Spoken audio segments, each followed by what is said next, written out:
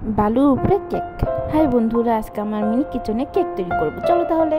প্রথমে ময়দা এবং বেকিং পাউডারটাকে চেলে নেব।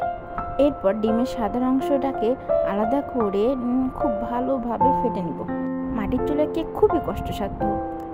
আজকে বালুর মাধ্যমে কেকটা করব। ডিমের সাদা অংশের সাথে এখন আমরা চিনি মিক্স করে ভালোভাবে আবার ফেটে নেব। এর সাথে একটু দুধ মিশাবো। আগে চেলে নেওয়া ময়দা এবং বেকিং পাউডার ভালোভাবে মিক্স করব। কেকটা যেন দলা পেকে না যায় সেদিকে খেয়াল রাখতে হবে। এখন আমরা এর মধ্যে কুসুমটা মিশিয়ে দেব। আমি তো ভুলে গেছি, এর মধ্যে একটু তেল দিতে হবে। একটু আমরা তেল মিক্স করে দেব ছোট মিনি পাত্রে। এখন আমি আমার বেকিং পেপারটা ভালোভাবে বসিয়ে নেব।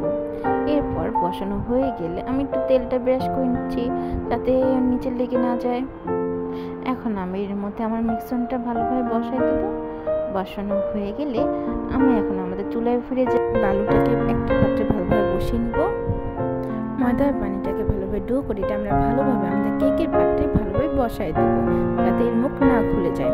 এরপর আমরা মিনি চুলায় আমাদের কেকের পাত্রটাকে বসাই দেব। এখন জাল করতে থাকবো। আমি অনেকক্ষণ জাল করে ফেলেছি, এই জন্য আমারটা ওভার কুক হয়ে গেছে। এখন আমরা ভালোভাবে খুলে দেখবো। এই দেখো আমার কেকটা কেমন হয়েছে, কিন্তু দুঃখের বিষয় নিচে একটু পুড়ে গিয়েছে। যাই হোক, তারপর আমরা হাল ছাড়বো না, আমরা এটাকে সুন্দর করে ক্রিম লাগাবো এবং আমি ডেকোরেশনের জন্য জিরে ফুল দিয়েছি। কেমন হয়েছে বন্ধুরা? টাটা।